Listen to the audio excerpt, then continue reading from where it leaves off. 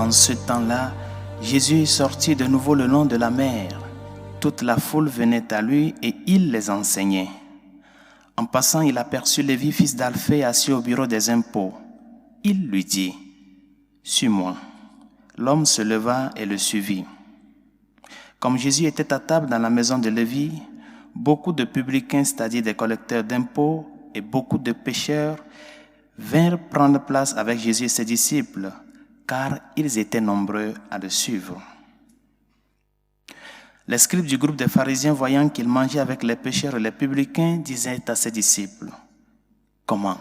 Il mange avec les publicains et les pécheurs. » Jésus, qui avait entendu, leur déclara, « Ce ne sont pas les gens bien portants qui ont besoin du médecin, mais les malades. Je ne suis pas venu appeler des justes, mais des pécheurs. » Acclamons la parole de Dieu. Louange à toi, Seigneur Jésus. Les publicains, dans le contexte de l'histoire d'Israël,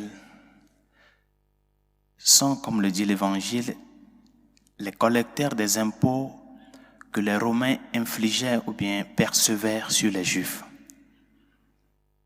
Ce sont des Juifs, ces publicains sont des Juifs, mais ils collaboraient avec l'oppresseur qui veut le mal du peuple. Et c'est pour cela qu'ils étaient mal vus dans la société. Parce qu'ils sont dans ce contexte de collaborationnistes. Au lieu de défendre le peuple, ils collaboraient avec l'oppresseur qui percevait et infligeait des impôts au peuple. Et dans ce travail de collecter les impôts, il y a des moments où ils percevaient de plus, non? Et donc, le surplus, ils se laissent attribuer à eux-mêmes. C'est-à-dire que c'était une activité corrompue, non? De corrompu. Pour cela, il est surprenant de voir Jésus manger avec ces personnes, être proche de ces personnes-là qui sont mal vues, qui cherchent le mal du peuple d'Israël. Et par conséquent, la surprise de ces scribes-là était de normal. Mais comment il va aller avec ces personnes-là qui ne cherchent que le mal du peuple? Mais cette action de Jésus ne peut pas être comprise hors de la perspective du bon pasteur qui va à la recherche du brebis égaré. Il vient montrer vraiment que le Dieu qu'il prêche, notre Seigneur Jésus-Christ, vient montrer que le Dieu qu'il prêche est le Dieu de la miséricorde. Ce Dieu qui lutte jusqu'à la dernière heure pour le salut de l'âme du pécheur.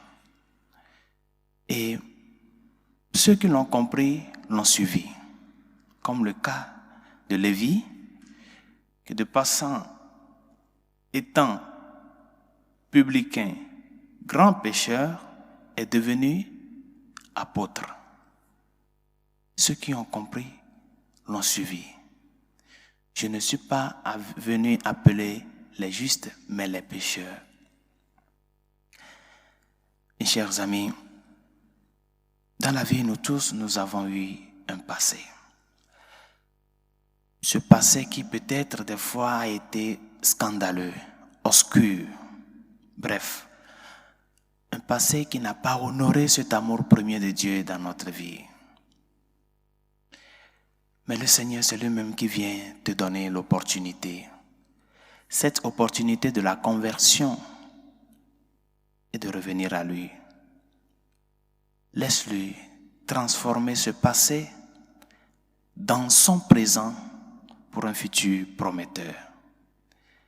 Que lui-même nous aide à ce que cette humilité dont tu as fait preuve, Lévi, soit aussi un modèle pour nous, afin que nous aussi nous puissions, dans cette logique de miséricorde de notre Dieu, nous ouvrir à lui pour qu'il puisse nous transformer, pour qu'il puisse nous donner vie, nous redonner force en en sa personne.